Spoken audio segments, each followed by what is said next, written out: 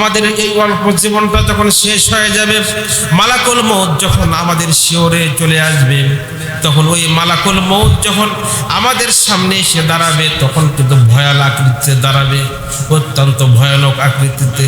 এবং সাকরাতুল মাউতে হাক্কুন, আল্লাহ নবী বলেছেন প্রত্যেকটা মানুষের জীবনে সাকরাতুল মউত আসবে, অর্থাৎ মৃত্যুর যন্ত্রণা হবে। মৃত্যুর যন্ত্রণা ছাড়া কোনো মানুষ দুনিয়া থেকে বিদায় হবে না। কাফের যারা হবে, বেদিন যারা হবে, যারা মুনাফিক হবে, অপরাধ কর্ম যারা দুনিয়ায় বেশি করেছে, এই লোকগুলো যদি তওবা ছাড়া যদি মৃত্যুবরণ করে, তাহলে তার পরিণাম হবে ভয়াবহ। এবং ওই যে জাহান্নামের আযাব, কবরের আযাব হওয়ার আগে তাকে মৃত্যুর শুরুতে তাকে একটা আযাব দেওয়া হবে, ভয়ানক আযাব। কিন্তু যারা প্রকান্ডান্তরে আল্লাহ নবী বলেছেন যারা ইমানদার হবে, মুমিন হবে, তাদের জন্য কোনো ভয় থাকবে না। তাদের মৃত্যুটা কেমন হবে?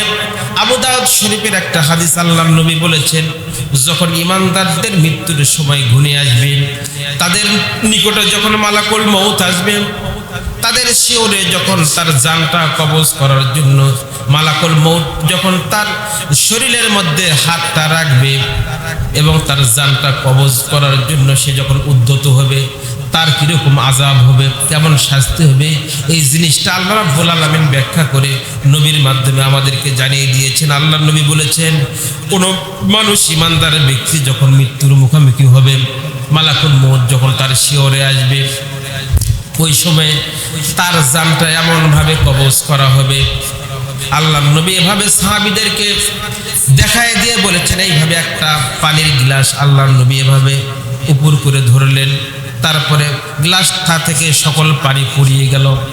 পড়ে যাওয়ার পরে অবশিষ্ট কিছু পানি গ্লাসের গায়ে কিন্তু লেগে থাকে। এই পানিগুলা আস্তে আস্তে ফোটায় ফোটায় করতে থাকে। এক পর্যায়ে অল্প কিছু সামান্য পানি থাকে, ওই পানিগুলা অনেক ধীরে ধীরে পড়তে থাকে। কিনা বলেন? ধীরে ধীরে পড়ে।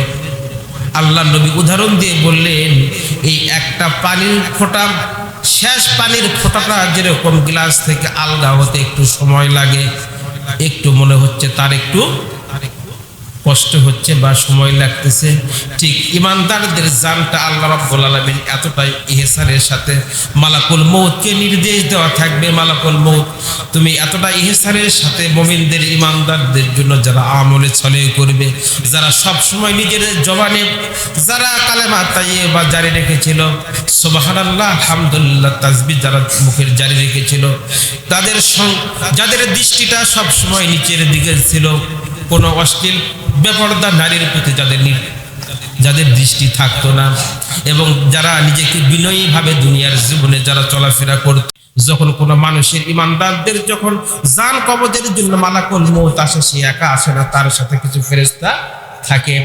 এই ফেরেশতাগুলোর সামনের ফেরেশতারা ওই রূহটাকে ধরার জন্য তারা ব্যতিব্যস্ত হয়ে যায় এবং তারা বলে, আমাকে এই রূহটা দাও, এই সম্মানিত রূহটাকে আমি সম্মানের সাথে আসমানে উঠায় নিয়ে যাই।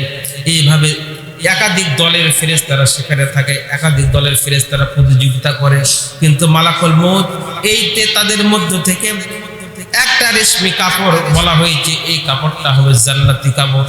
এই জান্নাতি কাপড় দ্বারা মুমিনদের, ইমানদার যারা হবে, যারা দুনিয়ার জীবনে নিজের সুখ স্বাচ্ছন্দ্যগুলোকে তারা পরিত্যাগ করে তারা নিজের মূল্যবান সময়গুলোকে আল্লাহর রাস্তায় ব্যয় করেছে, এই লোকগুলোর মৃত্যু সম্পর্কে আল্লাহ রাব্বুল আলামিন তার হাবিবের মাধ্যমে আমাদেরকে জানিয়ে দিয়েছেন।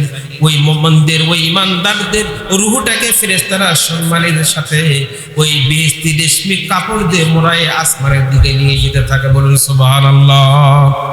ফেরেশতা যখন এই কাপড় দ্বারা পেঁচায় যখন রূহটা আসমানে নিয়ে যেতে থাকে, ওই সময় আসমানে অবস্থানরত ফেরেশতারা বলতে থাকে, এইটা কার রূহ বা কার আত্মা, কার নফস, এইভাবে বলতে থাকে। তখন ফেরেশতারা বলে, এখানে যে কারো আত্মা রয়েছে এটা তোমরা কিভাবে জানলে, তোমরা তো দেখোনি। বলতেছে, ইমানদারদের আত্মা যখন আসমানে উঠিয়ে নিয়ে যাওয়া হয়, তখন তার ভিতর থেকে এক ধরনের সুঘ্রাণ বের হতে থাকে। আমরা এই সুঘ্রাণটা দেখে বুঝতে পারতেছি তোমাদের হাতে যে রেশমি কাপড় রয়েছে, এই কাপড়ের মধ্যে একজন ইমানদারের রূহ রয়েছে। বলুন সুবহানাল্লাহ। ভাইরা আমার, এই জন্য প্রতিটা মুহূর্ত আমাদেরকে চিন্তা করে কাজ করতে হবে এবং প্রতিটা প্রতিটা কাজের বিনিময়ে আল্লাহ রাব্বুল আলামিন মাইয়া মাল মিসকালা যাররাতিন শাররান ইয়ারা ওয়া মাইয়া মাল মিসকালা যাররাতিন খায়রান ইয়ারা। আপনি ভালো কাজ করলে তার প্রতিদান পাবেন, আবার যদি বিন্দু মাত্র যদি আপনি খারাপ কাজ করেন সেটাও আল্লাহর কাছে রেকর্ড থাকবে। আল্লাহ রাব্বুল আলামিন আমাদেরকে প্রত্যেককে যেন সঠিকভাবে দিন বুঝে, ইসলাম বুঝে, কোরআন বুঝে আমাদের জীবনটা পরিচালিত হওয়ার মতো তৌফিক দিয়ে দেন। সকলে বলি আল্লাহুম্মা আমিন।